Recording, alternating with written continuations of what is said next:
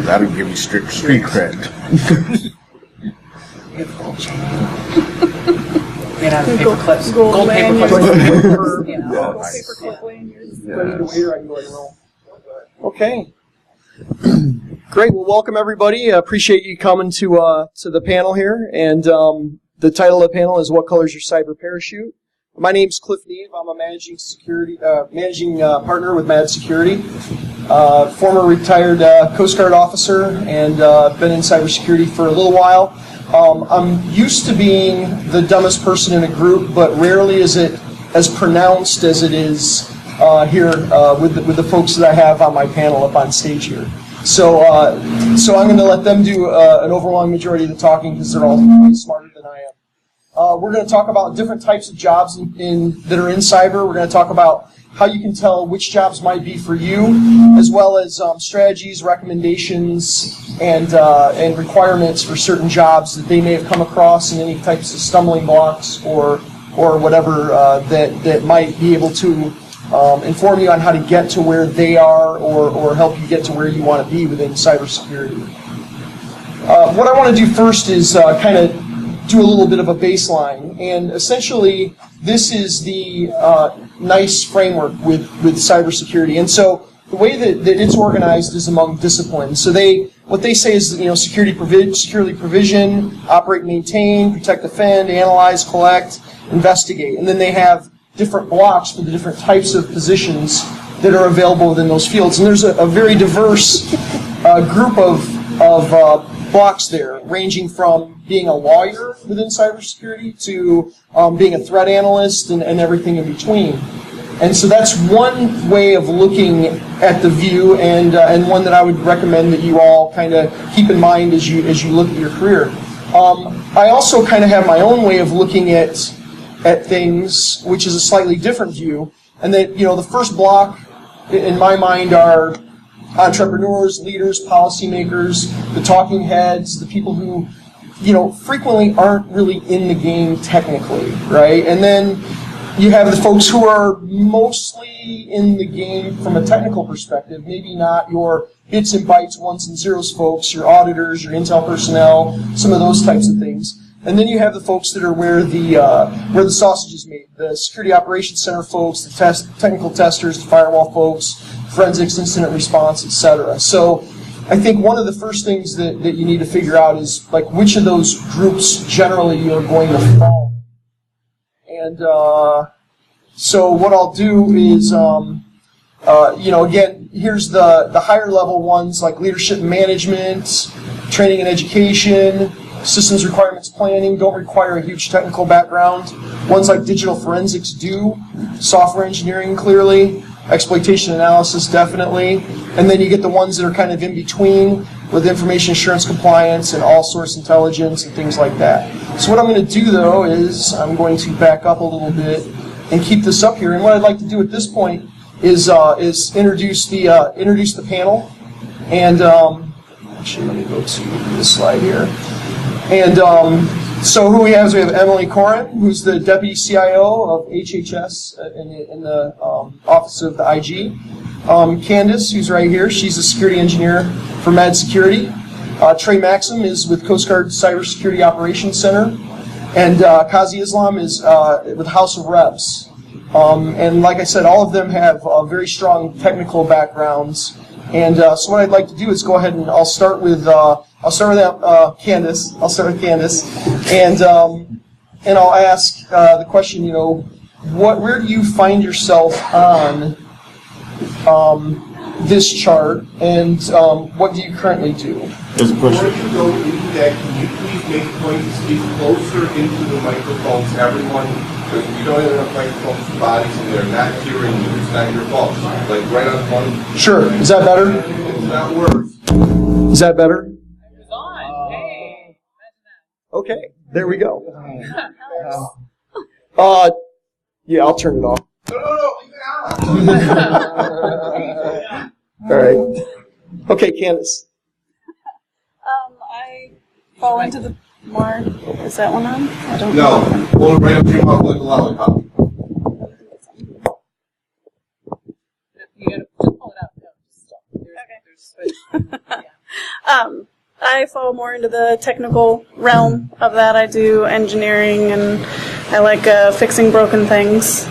So typically what I do for MAD.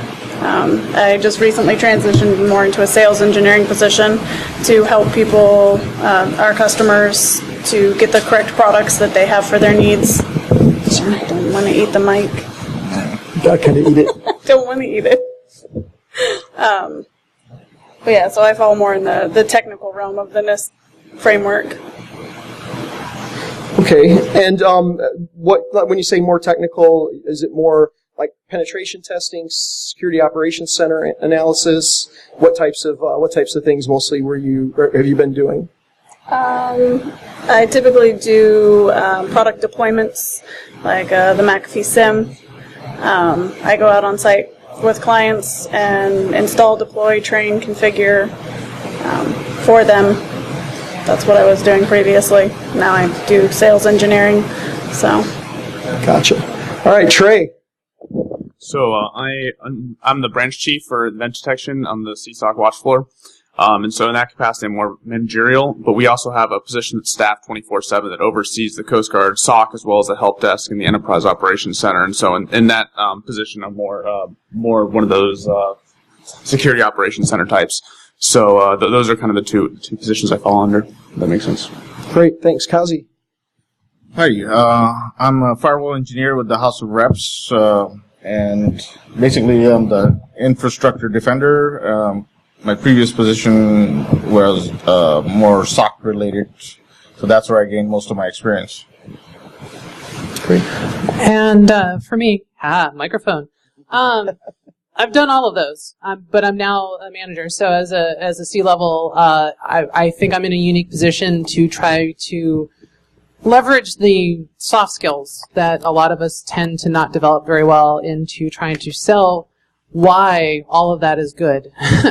But currently I'm doing a lot of times translating down from leadership, their demands, what their vision is, down to the technical people who need to make it happen, and then of course from the technical people, all the stuff they find, make sure that gets translated up, dealing with budget, resources, and so forth. So it's that kind of, I hate to say middle management, but it's that necessary translation layer. I just feel unique because I've kind of done all that stuff. You cut across a lot of the targets. And Candace, I'm going to let you talk into this one. Okay. And so, why did you get into cybersecurity, and roughly at what age did you get into it? What made you go into IT security?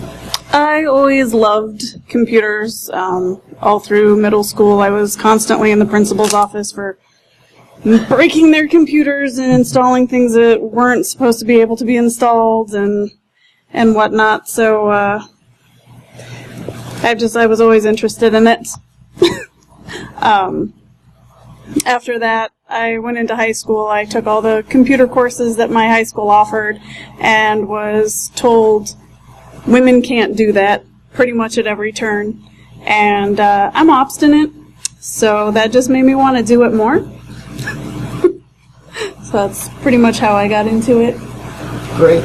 Trey, what made you get into cybersecurity? Was it early on in high school, or was it later on collegiately, or? It was in high school. I originally knew I wanted to be an astronaut, and then when they canceled the space shuttle program, I had to find a different career, and so I chose cybersecurity because I really enjoyed my computer science classes in high school. And after that, I went into the Coast Guard, and I quickly figured out they don't have any software developers as far as in the Coast Guard. So I kind of pivoted over and started going more in the security side of what the Coast Guard offered, and so that's where I am now. So you were a freshman at the academy. Did you already know going into college what you wanted to major in, or when you got there, did you make the decision then based upon any information? I knew I wanted to be an engineer, and I knew I really liked computers, and so I kind of fell into both operations research and electrical engineering. It's kind of a good fit for me, but I did not. I would have preferred a computer science or computer engineering degree, but they didn't offer that, so that's why I fit into electrical engineering, and I'm really happy I did, because electrical engineering gives you a totally different view of the whole cybersecurity mindset compared to computer scientists, which typically a lot of people we work with. So, great. And Kazi, when did you find out you wanted to go into IT security? I was always good technically. As a kid, I just kind of loved playing with technology, and basically, I wanted to make video games because we got Atari, so obviously every kid's dream is to make video games. So later on, it transitioned into a career. I said, might as well turn my hobby into a career. Awesome. You don't want to date yourself by saying whether it's an Atari 2600 or 5200. 2600. Okay, gotcha. All right, Emily.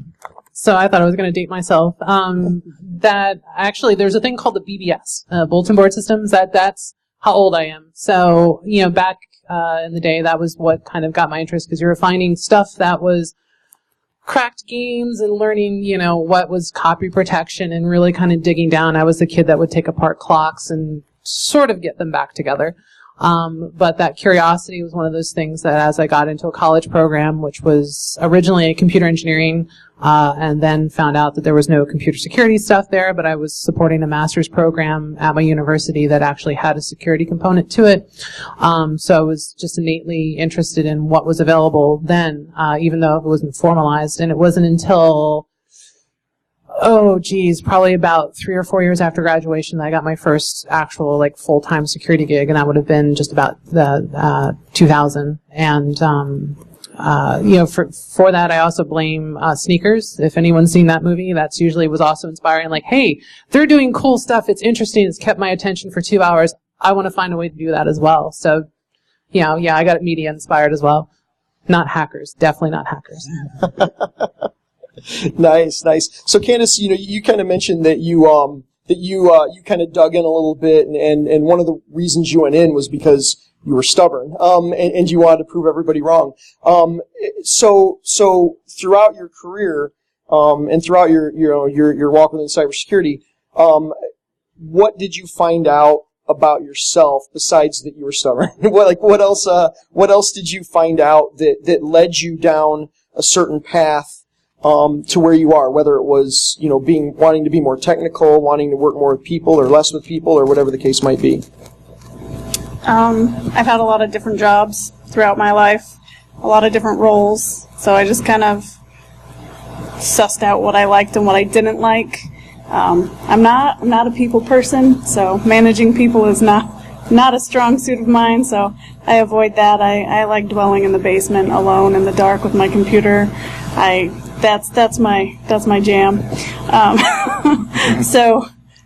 So managing is not something I was ever interested in, but I am very technical and I like taking things apart. I have that curiosity and that drive. I started out doing IT help desk. I did some networking. I took a few college courses through my degree. I did some forensics classes. I really enjoy that. And then I was offered a job while I was still in high school, or while I was still in college, and to go work for a security company in Omaha, Nebraska. And I got to learn more about SIMs and all the different technologies that they supported, and just really fell in love with it. I mean, SIMs, you see all the things, and I'm a woman, we snoop. That's what we do. So it just naturally kind of fell right into that.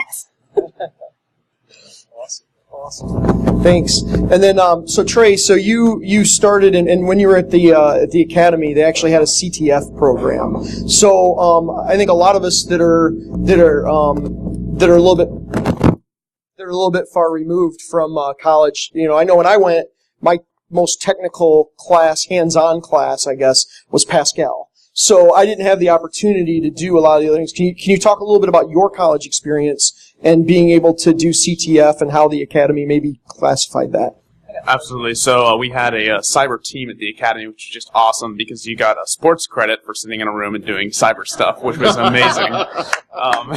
So I wish I had that option in high school. That would have been awesome. So that was really, really fun. And something else that I really appreciated, it wasn't part of the cyber team, but also the NSA puts on this big competition between all the service academies. You get to set up a network, and the NSA red team goes in and basically just wrecks everything. And you get like practice defending a network with the adversary inside of it. And that was just a great experience and a lot of fun. Most of the classes, I mentioned I was an electrical engineer. We don't really have any cybersecurity classes, so they're mostly just like basic classes, networking, programming, and then a lot of communication stuff, obviously, because electrical engineering. But the cyber team is really where we were able to take those classes and apply them with a security mindset. Great. Yeah, and one of the things I'll get into a little bit later is, I have my master's in electrical engineering, but I can't wire a lamp. And I think that that's one of the problems that we have with colleges that we have in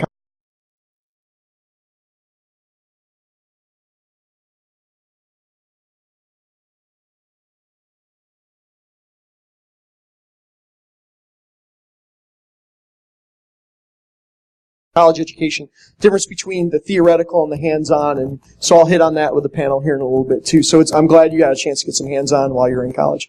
Kazi, what is, when you started, what did you learn? What has changed for you or evolved for you over time? As you've gone? I've had a pretty bittersweet relationship with academia. Actually took me almost 10 years to get my bachelor's. So I started off with immediately right after high school. I think Windows NT 4.0 just came out. So one of my friends just suggested, hey, why don't we check out the class? So we went to the class, got the book, never went back.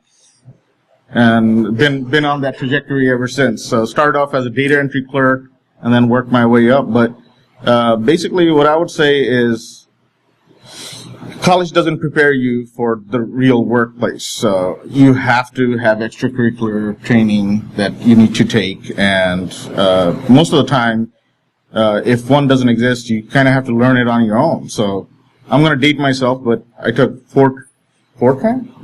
Yeah. I took Fortran, QBasic, Fortran, and all that other jazz. And then once I got to C++, I'm like, development is not for me. I don't want to be a coder ever. Got it. Emily, how have things evolved for you? So I'm probably the only one in my position that has only a bachelor's degree and no certifications. I'm completely self-taught when it comes to security. I was thrown in the deep end for my first security position, was at a Fortune 125 company that did critical infrastructure. So if you want to make sure that you're going to learn stuff very fast, find yourself in a situation like that. So a lot of times it was also building. So for me, it was my first systems engineering gig, I guess, would have been in college, as I did my first website in '93. So I had to do the research on an operating system, how to go and code and configure a web server. This is back when you got handed a pile of C and had to go and compile it and debug it and all sorts of stuff, as well as build a website that, well before anyone really kind of developed web attacks, that was robust and so forth. So as long as, for me, was lucky enough to be there as the technology was being developed, to just constantly kind of be on the cusp of paying attention to what the new thing was. But self-taught for me was, the fact is I cut time out of my day. If it wasn't something that was necessarily for work. As I mentioned, my first website was in '93. I did another one later on, just before I graduated college, that I kept around for 15 years, and I used that as a test bed. So any new technologies, security technologies for the operating systems to protect it, learning load balancing, web application firewalls, secure coding practices was all the stuff I used to do there, and then I'd bring it into work. So for all those who have a home lab or have a VM somewhere or who are on AWS mucking about there, keep it up, because I think that, as we were talking about before, a lot of college classes don't necessarily teach you that applied knowledge. I think, honestly, when I've interviewed people for positions, I get the most usefulness, I think, out of folks that have had that kind of visceral, hands-on, bang their head against the wall, drink caffeine until 4 a.m. type of experience. Excellent. And so, Candace, when you, because we've talked a lot about, career progression and things like that. And so, what made you understand or whatever that you wanted to stick with the technology track? Like, do you ever see yourself going the management track, or are you just perfectly content with going with the technical route?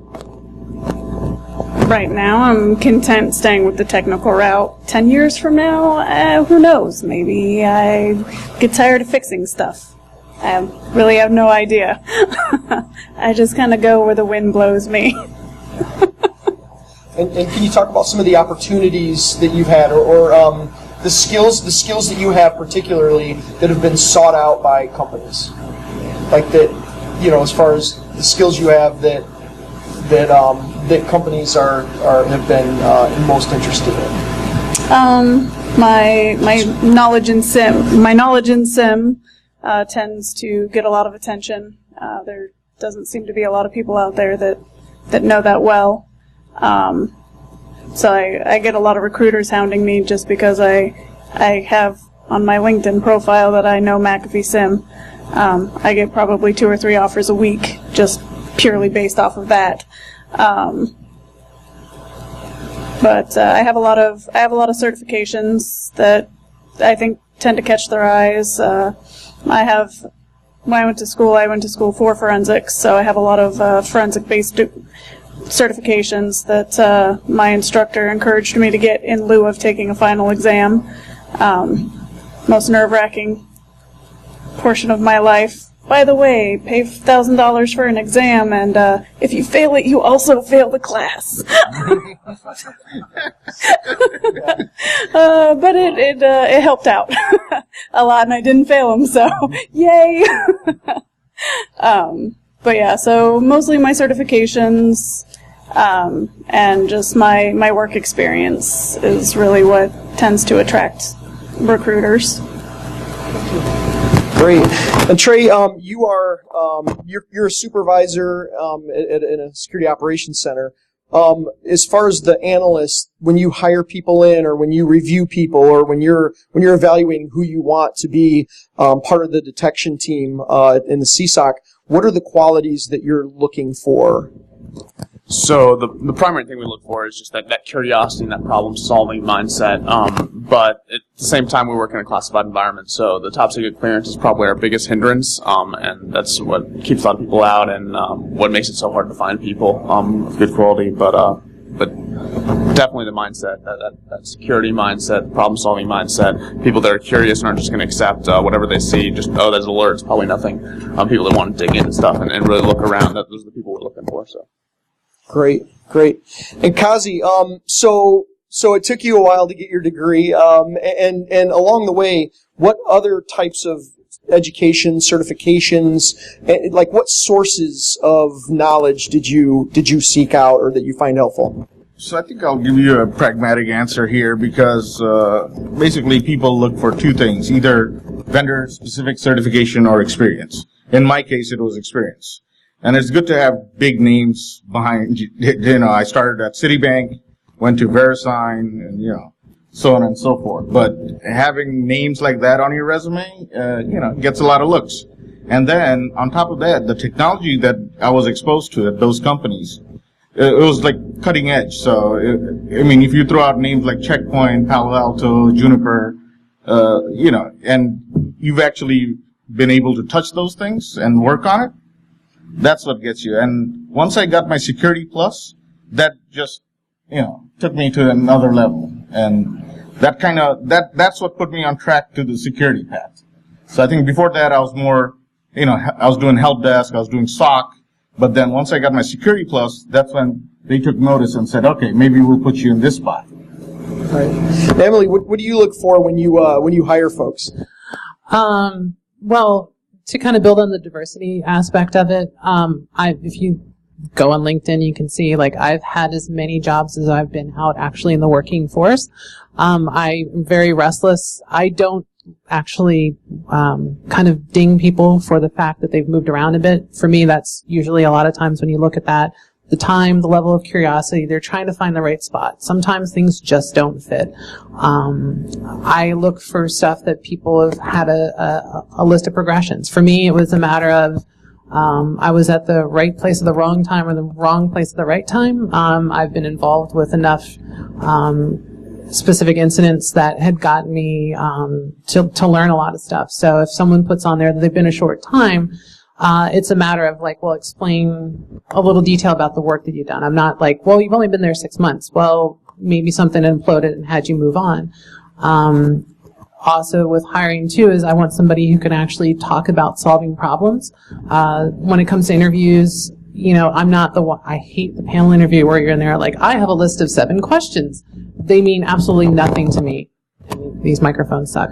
I want to give you a situation and I want to see how your mind works. Because if you're coming in to do an incident response, there is no like checklist. There is a checklist, but I mean, it's more or less like every response is going to be ever so slightly different. You're going to have to use different techniques. You're going to have to use different tools. And I want to see how people generally use their toolbox, their brain, the available software or hardware tools, to understand where the gotchas may have been, like, hey, I ran this incident response before and we didn't do this in this order, or we forgot to notify our legal team. So now every time they go into incident response, they have a response team that involves legal, PR, the engineering team, the C-suite, and so forth. So it's showing that you've actually learned from that experience. So like if you come in and like your first page of resume is like all certs, I will actually ignore you because you've spent more time learning paper than actually doing. And in this environment, we're constantly getting banged on every day from threat actors and so forth. I want to see people who've actually, kind of thought through and worked through problems. Great. I may be a rare one though. And it is always a challenge because typically when those of us who have answered government RFPs note that, the government will say one thing, oh, we want people with lots and lots of experience. And then, of course, they put it out and they say, oh, the key senior security engineer must have CISSP, must have masters in cybersecurity. So it's a tough balance between fighting through the acquisitions process to get to where you want to go and then really getting to who knows what they're doing. What I found, though, is that those people who really know what they're doing, companies find a way, or organizations find a way to get to those people, regardless of whether or not they meet those criteria or not. They're going to have a place. Candace, so let's say you have a chance to talk to a 16-year-old high school student who is very interested in cybersecurity. They're doing some things. What would you say to them, or what would you advise them as far as to get to where you are? What steps should they take, or what things have you learned from your life that you might do differently or might do the same for them to progress to where you are?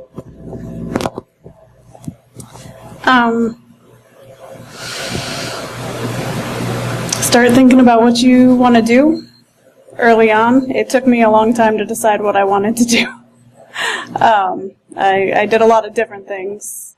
I bounced between IT, being a chef, being a receptionist.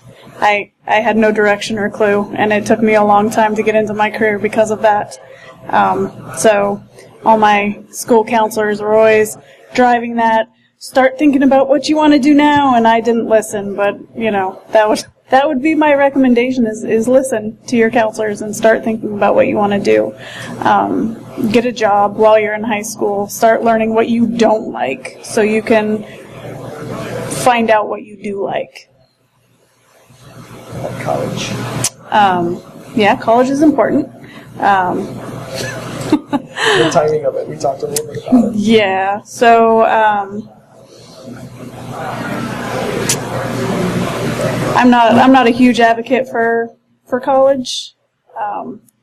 I don't think you learn hands-on knowledge in traditional colleges, and it's not for everyone. Some people need it. Some people need to go through that structured learning environment. Other people don't. I was one of those that didn't. I would rather pick up a book on my own and figure it out than have somebody give me a bunch of pointless, meaningless assignments that I'm going to learn little to nothing from, whereas I could do a hands-on experiment with it myself and figure it out faster. But a lot of people need that structured education, so it also, again, back to what he was saying about, especially if you want to get into any kind of government job, they require you have a degree, so depending on where you want to go with your career, that's not necessarily an option to not get one. Great, thanks. Trey, where do you see yourself, progressing throughout, Coast Guard career and then outside? Like, what kind of steps would you like to take? So you're in a CSOC now, which is a great starting place to see where everything's happening. Like, where would you like to be further on? More technical, more of leadership perspective? I really enjoy the technical aspect, but as far as I would love being in the military, and I don't see a really career where I can stay technical for that much longer. And so I would like to do a few more technical assignments. Maybe the cyber protection team is being stood up. The Coast Guard sending one of those up, that would be great. Or the Coast Guard also has assignments sending people over to like the Hunt and Incident Response team for DHS. That would be a really great assignment. But as I stay in the Coast Guard, I'm going to have to move away from the technical more into the managerial, and I'm okay with that because I really enjoy being in the Coast Guard. And there's other assignments I'm looking at in the future that I think would also be really great, like, for example, the White House communications assignment and other assignments like that. Great, thanks. Kazi, what are your aspirations, like, as far as, you're in working House of Reps right now, which is a cool gig for you, and so what do you see further down the road? You also have some entrepreneurial background as far as owning your own company. Can you talk about that a little bit? Yeah, I'm going to start off with giving you a little background. Basically, I would say be curious and have fun. Like, one summer I had 8 jobs. Okay, well, this is in high school. I delivered newspaper, I worked at Burger King, Dunkin' Donuts, built custom rigs for people. I mean, I did everything I could. Just absorb, be a sponge, absorb as much, because you don't know, when you're 16, you don't know what you want to do, right? And I say don't solidify what you want to do that early. Be a sponge, be curious, have fun, play, and eventually you'll figure it out. And for me, I figured it out much later, so that's why, I got my associates, but then it took me like another 8 years to get my bachelor's, right? But what I found out is when I got my associates is once I was at Citibank, I hit a ceiling. Like, there was a barrier. They didn't want me I couldn't move up unless I had a bachelor's. So, I know people say college isn't important. It doesn't matter. It's just a piece of paper. It's not going to teach you anything, but you need that piece of paper to get in that door. And once you get in the door, you need to have these vendor certifications to move up. My aspiration, short term, would be get CISSP certified, obviously, and then long term, I would like to be in a position of being a cyber architect. I actually had, like Cliff mentioned, I had some entrepreneurial experience. I actually ran my own consulting firm in New York and even did projects for NYPD. So what I learned is that it's very hard to be an entrepreneur because I was putting in 80 to 120 hours a week. And your brain never turns off. Because you're constantly thinking of how to grow the business, how to progress, how to build your business. So I think it's important that once you're in a position like that, you have the necessary backing or support to move forward. Because longevity is the hardest part of being in any business. It's lasting, right? A lot of people can start a business, but to make it last is the hard part. Yes, it is. Emily, where do you see yourself going? So it's interesting to kind of think about, like, I'm at the sea level at this point. So for me, it's only something potentially larger. But I actually wanted to kind of pivot on what would you tell a 16-year-old version of yourself or somebody in school. One of the first things I learned once I got my first job out of college, second job out of college, when I was sent to a writing class, is the most important thing I could tell any of you in this room is learn how to communicate. We are great with technical skills. We can find whatever piece of malware we have in our environment and analyze the hell out of it. But unless you communicate as to the risks of operating in a certain fashion, or you're trying to communicate to someone at my level, and not find somebody who has a technical background like me, and you can't communicate your point of view, you can't communicate your reasoning, you're not going to get anywhere. So I'd say places like this where you get a chance to present, you learn those presentation skills. That wins the hearts and minds, and those are the folks that are going to give you the money to do the things you want to do. They're going to be the ones that are going to give you that chance to go get a certification. They're going to be the folks that are going to actually show that if you can communicate that you're curious, not just show them, they're going to be the ones who are going to promote you, whether it be in a technical branch or a managerial branch. Specifically, you're talking about you don't want to be a manager, but you want to be a manager. That's another key thing in my role here as a manager. You need to communicate to your people. If you can't reach a common lingua franca or whatever you want to call it, lexicon or whatever, you're going to have a very difficult time managing those people. So again, it's always practicing your communication skills, always work on developing them. If you have an opportunity to go to something like Toastmasters or anything like that, please do. It also keep you from getting nervous in front of a crowd of people. Specifically, if you're going to go into a CEO's office and, they're the top of the chain, it's just as scary as if you're talking to 20, 30, 100 people. So that's what I'd probably recommend. Sorry for pivoting, but like I said, it's just one of those cases, sitting at this level, it's just I would love to go further up, but I don't know where. No, that's great. No, and I think that the pivoting, that's kind of what I'm trying to reach with the folks, with the audience here as well, is if you're a 16-year-old or you're just getting started within cybersecurity, what do you do first? So latching on to that communications, running a company, being the entrepreneur, hiring in folks, that is one of the key things that we look for, particularly from consultation perspective, because one of the things that is kind of on here is, kind of a mix. We ask a lot of our folks at Managed Security to be both technical and a consultant, which is having those communication skills. Candace has been wildly successful as a consultant. Her success rate is extraordinarily high for the engagements that she has earned, unbelievable ratings for. And so, so talk a little bit about, when you approach an engagement, when you approach people, and when you're trying to explain things, technically, some of the challenges that you might have had with communications and how you've been able to overcome them, or how you approach that, because you've killed it from my perspective. I don't really have a method or a way to advise people to do that. I guess it just kind of comes natural to me. Read the room. If you're talking to somebody that has no technical background and you start using all kinds of technical jargon and talking, and they're giving you the deer in the headlights look, maybe tone it down a bit. Take it back and explain it like you're talking to a child. Don't sound patronizing, but sometimes that's what you have to do, because not everybody will be as technical as you, or maybe you are not as technical as somebody else, and they're trying to explain something to you, and they make you feel dumb because they're talking to you in a language you don't understand. My number one advice for that is just know your audience and read the room. Great, thanks.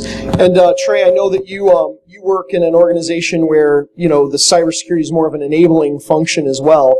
How are you able to communicate with some of your peers that maybe aren't within that? What methods or what have you been able to learn to increase your ability to communicate? So we've actually been pretty,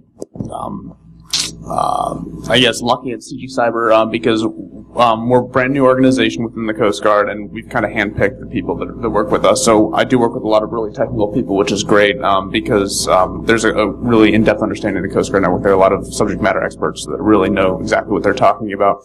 But there are, every once in a while, you get someone in the organization that really loves cyber, really wants to learn, but just doesn't know what a network is. And so with those people, they have the willingness to learn, especially the people at CG Cyber. They really want to know. So it's just taking time and teaching them what they want to know, because they have the willingness to learn. They're intelligent. They just don't have the experience.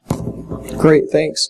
And Kazi, as far as the timing goes, would you recommend that someone who's graduating from high school go directly to college if they're going to do that, or would you recommend? Oh, absolutely, yeah. I would say don't. Like I said, I had a bittersweet relationship, so the fact that I had to finish my degree with a wife and 2 kids, it just made it exponentially harder. If I had gone directly to college and kind of had my mindset that this is what I wanted to do and finish up and then went into my career, it would have been a lot easier. Yeah, definitely. Great, thanks. And then Emily, I just kind of want you to, to kind of offer whatever sage words you might have to somebody who's just kind of starting in. What is it like your big picture overview? Well, for me, it's like I bounced around a bit. I mean, like for me, I started out at my first job was a user interface designer for Xerox. So I honestly did not enter this career with any idea that I was going to enter this career. I started out with a computer engineering degree, and I look back at it like, really, did I need to spend that tuition on that? I'm pushing from the federal side. We just had a CISO salon breakfast thing on Thursday where I'm sitting there with the CISO of Secret Service and folks from DoD and OPM and DHS, and trying to get them around the fact that let's not push the whole you need a degree thing. There's a lot of bright people out there that don't want to incur the costs, that have situations where you have different life choices that you want to make. Let's look at this at the aptitude. Are you curious? Can you problem solve? A lot of those, like specifically federal, doesn't capture that. Specifically like the public debates right now about, tuition debt. And folks don't want to get themselves, fresh out of high school into $100,000, $200,000 debt to get them a career that's going to take them 10 years to pay that back. So it's a matter of trying to make those wise choices.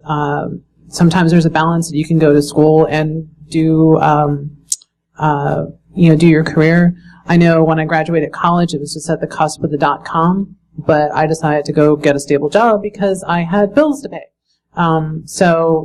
It's those tough choices. I mean, I could have gone out to Silicon Valley and done all that, but everything's individual. Don't feel bad. Your choices are your choices. I haven't had a situation when I've looked at hiring people, or I've been in a situation myself where I felt bad about a choice I made. You can, but I don't think it's actually hampered me. I haven't, when I've been hiring people, looked at what they've done and said, geez, if you would have just stayed here a little bit longer, this could have helped you. No. Everyone's got a reason that they've moved on. Everyone's got a reason for the choices they've made. It's your life, live it. And most of all, if you're not having fun, stop doing it. If you're not, you're gonna drive yourself into a depressive spiral. You're not gonna enjoy your work. You're not gonna bring your whole self to work. And sometimes I think, you're talking that you went, you're a receptionist. You went into being a chef. We've had, I can't remember, Eve Adams, who stepped out of cybersecurity to go and, go into food stuff. Take a break sometimes too. Do something different. It will reinvigorate you. For me, it's like I go in the pool and it just kind of like resets me every day. Sometimes it's worth taking a break. I know there's plenty of talks on burnout from InfoSec. I don't do forensics anymore because I got burned out from doing that. I don't do malware because I've got ADD.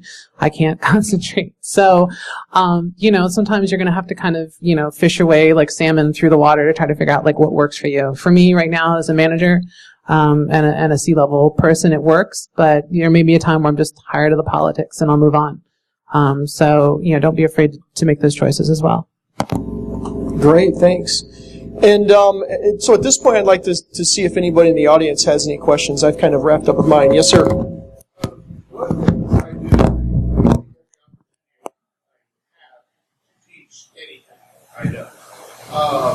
Is that a good way of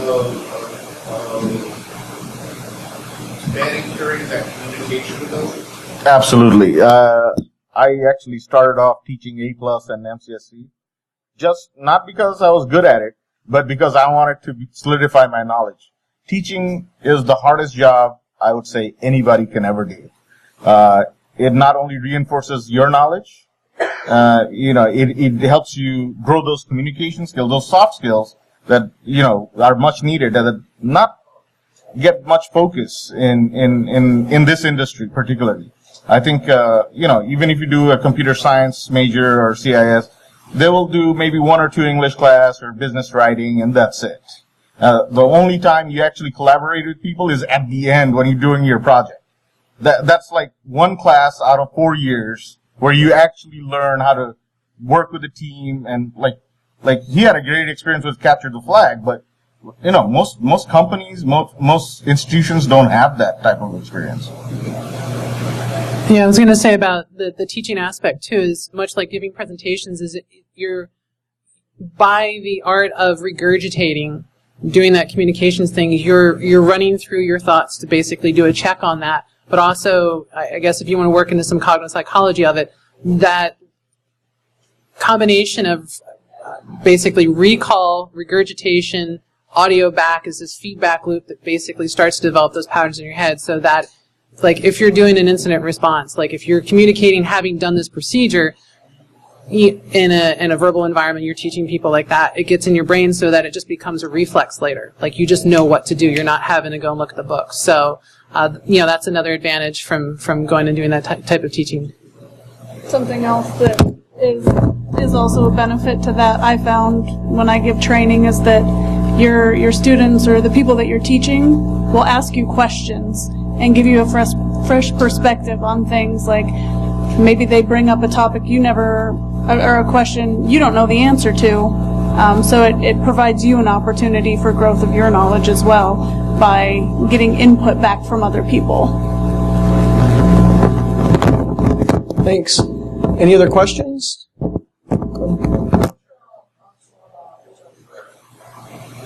Internships. I think internships are a great opportunity. So I did an internship that actually got me my TS clearance, and that's what got me the job where I am now. And so it's a great learning opportunity because you get to be around people that maybe do something that you've never done before. And I highly recommend. Yeah. Oh, so one last thing on the internships. The government has tons of them that we sponsor. If you've done Scholarship for Service, definitely that gets you connected, but definitely pay attention to job postings either around December or earlier part of this year, is when usually the agencies will actually post for internship positions. They may be low-level GS grades, but they get you into the door. And sometimes a lot of those, depending on where you are in your classes and stuff like that, can be turned around into a full-time job. So yes, definitely, thumbs up on that. I wanted to piggyback on that question just a little bit because I teach the BDOE just released a high school standards for cybersecurity just this summer. So next year I'm going to actually transition my computer system class into a cybersecurity program. It's a 2-year program for a lot of public schools. So I have a lot of students that, like right now, they're graduating with, I have about half of them that are preparing for Security Plus. So they've already got their A+, and A+ Security Plus. And so internship opportunities, I was listening earlier, you were talking about like how private industry maybe a little bit more open to students that can enter into like an internship like thing without having college, right? Because most of the opportunities that I see all have that minimum requirement of must be pursuing a bachelor's or master's degree in so and so. So one thing I like to do, and I even have the autonomy within my program to give them work release during the day. But it seems like I'm hitting a brick wall every time I try to set a 16, 17, 18-year-old kid that has the skills and been working on the certifications and just wants to get that experience that you were talking about, and they've been doing the CTFs that you were talking about, but they just can't find it. I want to go ahead. Yeah, I was actually going to say that's a failure a lot of times on the company's fault or the organization's fault. So one of the things that always rubbed me the wrong way is, as I've progressed through my career, is I don't see people at my level showing up to BSides or ShmooCon or sometimes even DEF CON and some of those things. They're not coming to where the people are and speaking about this. And that is one of the things I'm pushing from my level, trying to change. Like, hey, you need to go out to these things. Like, this is where the people are really hungry. This is where you connect with the next level of talent. So, to understand that you've got high school students, I'm like, if there's, can we develop a program that reaches out to high school students before they're in college? This is just, it's this feedback of evolution. So now that I know, I can hey, THS, why don't you look local, So. I will tell you too that running a company, persistence matters. We get a lot of folks who are like, "Hey, I want to be an intern," it's a little bit of an investment of our time as a company, and we make it. We do have, I think we're only a 50-person company, and I think we have 7 interns right now. So we make that investment. But I can tell you that usually the ones that we're the most impressed with are the ones who just continue, pounding. Because that shows that, hey, this person really wants to do this. This person's really interested. They're not just, hey, and we also, we pay our interns. A lot of times there's unpaid interns because I think that there needs to be some skin in the game, some incentive for the person to actually do work. We don't view it as an unskilled labor thing. So we actually expect a level of performance, which I think prepares them for that. And it also washes things out, because we have done a lot of hiring from interns to our company. Any other questions? Yes, sir. Do you have any words of advice for older workers that are trying to make a transition into cybersecurity? How to figure out I can kind of help there. So, I guess I would almost qualify as that. I was an IT person without much of a technical skill set. It depends on the level of technical capability you have, but a lot of times somebody who has a lot of experience does understand risk and does understand how companies work, how missions work, because of their expertise. And I think that going into like compliance or governance, risk, and compliance, that's an area that it's one of the few semi-technical things that I can do, because I can go through a checklist, I can research the controls in that checklist, and I can go into a company and from a risk management perspective do that. I can't put my hands on anything to do anything like that, but I think that information assurance is a good place for somebody who has a good concept of, a good experience with businesses. Yeah, for me it was, I found some really good hires that I found internal. So, one of my first best engineering hires was somebody who was working help desk. And they pinged in, it's like, hey, there's, you guys are doing some cool stuff. It's like, well, would you like to scrub in on some stuff and, partner with somebody? And the key thing is, at least in organizations, is to reach out to those other teams. So, like, if you're working the networking team, say you're a network engineer and you're not on the cybersecurity team, like, hey, next time you guys are running a response, can I just sit and watch? Develop those relationships. That's, again, the soft skills, just kind of trying to find. If you're trying to transition from one company to another, that's a little bit more difficult. That's where doing the training and stuff like that kind of comes in. Again, it's a lot of luck trying to find the right hiring manager that's willing to kind of take a chance. For me, I've always drilled the point home, like, if they've got the technical chops, we can teach the cyber. Conversely, like, if they got cyber, I really hope they have technical chops. If I get a lot of IA people that are like, I do audit and I'm going to be super cyber, I'm like, not really. I need you to do some system administration, or I'll ask them, like, do you run a home network? And have them explain that, because if they can do that, it's more or less like, okay, well then we can give you, we can have you sit with the networking team for 6 months and develop that kind of skill to get familiar with the environment. I think also, for an older adult who's trying to transition into this industry, it would be really helpful if you do gigs. Like, when I was running my consulting firm, I went to Clip Hunter and just posted a job when I needed it for that NYPD project, for example. And then, just go on Freelancer, set up a profile, put up what skills you're willing to work with and what you're willing to do and at what rate, and just do those side gigs. That helps you get in the door. It gets those things on your resume, and which can, basically